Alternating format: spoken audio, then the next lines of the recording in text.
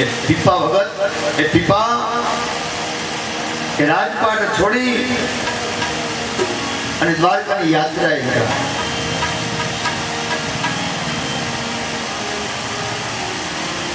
અને એના પત્નીએ કીધું કે મારે રાય નથી રહેવું રાજમાં. કે તમે પણ આ રાજનો વૈભવ તમે રસ્તામાં ટાટ તડકા તમે સહન કરી શકશો? તો કે હા, ત્યાં તમે ત્યાં હું. એ હાલતા થઈ ગયા બંને જણા અને હાલતા હાલતા હાલતા હાલતા થોડાક દૂર ગયા અને મધ્યાહનનો સમય થી એક ગામડું આવ્યું. કોઈને પૂછ્યું ભાઈ અમારે પ્રસાદ ભોજન લેવો છે, કોઈ ભગતનું ઘર હોય તો. એટલે કોઈ મસ્કરી કરવા વાળા એમ કીધું કે અમારા ગામમાં એક ઢાંગર ભગત રહે છે અને ભગવાનને બહુ માન્યો. ગરીબ માણસ બિચારા, ઘરની અંદર 4 દિવાલો ખાલી અને ઉપર નદિયા તૂટેલા ફૂટેલા, સૂર્યનારાયણ સીધા ઉપર કૃપા કરે આવું મકાન, ગરીબ ભાવ, ખાલી 4 દિવાલ. અને કોઈ મસ્કરી કરીને કીધું કે અમારા ગામમાં ઢાંગર ભગત રહે છે. એ બે પતિ પત્ની એ ઢાંગર ભગતના ઘરે આવ્યા અને અવાજ કર્યો ડેલીથી કે છે ઢાંગર ભગત? ત્યાં તો બિચારા ડેલી ઘેરી પોતરી બેરી દોડતો દોડતો બહાર નીકળ્યો. અને ખરેખર આપણી આ સંસ્કૃતિ બહાર નીકળીને કે છે પધારો પધારો, કે ધન ઘડી ધનને ભાગ્ય મારા છે. ઓળખતો નથી છતાં પણ આંગણે આવ્યો અતિથિ છે હે, અને મારા માટે અતિથિ એટલે ભગવાન છે એવો ભાવ રાખી અને એનું સ્વાગત કર્યું. બેસાડ્યા, હૃદયના ઢોલિયા ઢાળીને કીધું કે બેહો. બીજું પાથરવાનું કઈ હતું નહીં. પૂછ્યું કઈ બાજુથી આવો? કીધું કે અમે આમ જાત્રાએ ગાઈ છીએ અને વિચાર્યું કે ભગતનું ઘર હોય તો જરા પ્રસાદ લઈએ. ઢાંગર ભગતના ઘરમાં અન્નનો દાણો નહોતો, પણ આંગણે આવ્યો એની ફરજ આવે કે મારા આંગણે આવ્યો ને એ ભૂખ્યો ન જાય. ઘરમાં જઈ એના પત્નીને કીધું કે દેવી, આ કાંગર ભગતના રાજા છે, આપણી ગામડે આવ્યા છે આજે હે, અને આપણો ધર્મ છે અભ્યાગત કે આપણે આંગણે આવ્યો ને એને કંઈક ખવડાવવું, માટે તમે રસોઈ તૈયાર કરો. એના પત્નીની આંખમાં આંસુ આવી ગયા કે મહારાજ તમે જમવાનું આમંત્રણ તો આપો છો કે પણ મારા ઘરમાં કંઈ છે નહીં. તો કે તો આજુબાજુમાંથી લઈ આવો. કે આજુબાજુમાં હવે કોઈ આપે એમ નથી આપણને હે, કારણ કે માગી માગીને ખવડાવ્યું છે. પછી કાયમ તો કોણ માગ્યું આપે? કોઈ આપે એમ નથી. ઢાંગર ભગત કહે છે કે રાણી તમે ગમે તે કરો પણ આપણા આંગણે આવ્યો છે એને ભૂખ્યો તો જવા ન દેવાય, તો આપણો આશ્રમનો ધર્મ લાગે છે. કીધું એક કામ કરો ભગત. શું? તો કે આપણા ઘરમાં કાંઈ વેચવા જેવું તો કાંઈ છે નહીં, ઠામ વાસણે છે નહીં, કાંઈ બીજું કાંઈ છે નહીં. જો કાંઈ હોય ને તો એક અમારી સાડી છે અંગ ઉપર, બેયના અંગ ઉપર એક એક વસ્ત્ર હતું.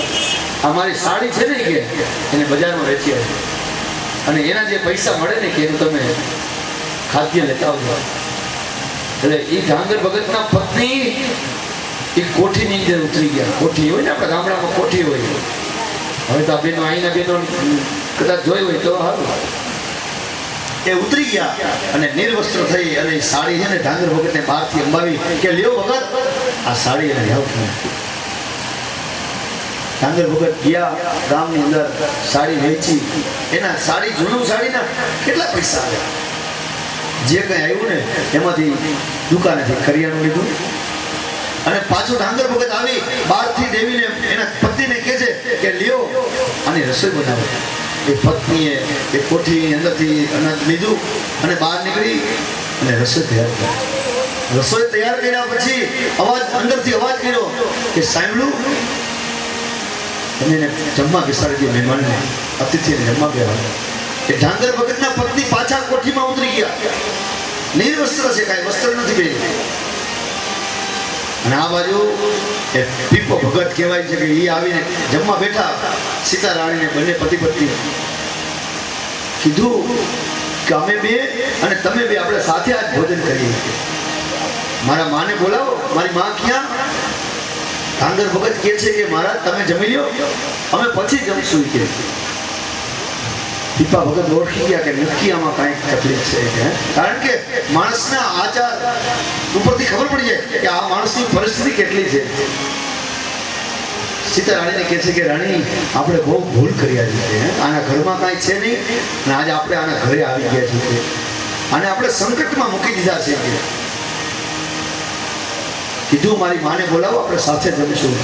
ત્યારે ડાંગર ભગતની આંખમાંથી આંસુ વહેવા લાગ્યા. બે હાથ જોડીને કીધું કે મહારાજ મને મજબૂર ન કરો, તમે પ્રસાદ લઈ લઈ ગયે. ત્યારે પીપા ભગત કહે છે કે ના, પ્રસાદ તો આપણે હારે જ લેવું, જે હોય વાત કરવી છે.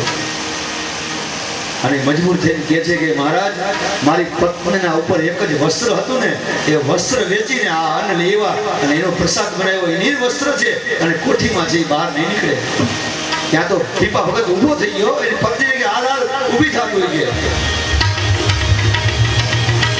ડાંગર ભગતે પગ પકડી લાગે, મહારાજ અમારા અભ્યાસ અમારા આંગણે તમે આવ્યા છો, પ્રસાદ લીધા વગર ન જવાય કે અમારા આજ પ્રસાદ. પીપા ભગત કહેવા લાગ્યા કે તમે ચિંતા ન કરો, અમે તમારી ત્યાં જ પ્રસાદ લેવું અને આપણે ચારે હારે પ્રસાદ લેવો, ચિંતા ન કરો.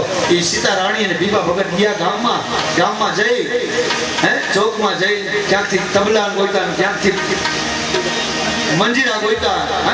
એ સીતા રાણી હાથમાં ઝાંઝર પેલા મીરા જેમ નાચે ને એમ ચોકની અંદર ગામડાની અંદર ચોકની અંદર એ નાચવા માંડી. સીતા રાણીઓ નૃત્ય કર્યું, એવું નૃત્ય કર્યું. એટલે ગામ લોકો આવીને જે પૈસા ઉડાડ્યા ને એ પૈસા ભેગા કરી અડધા ઠાકોરજીને ધરાવ્યા અને અડધા પૈસાની સાડી લઈ અને ગયા અને કીધું કે લ્યો હવે મારી માને કયો આ સાડી પહેરીને મારે વિચાર કરો કેટલી અદભુત આપણી સંસ્કૃતિ.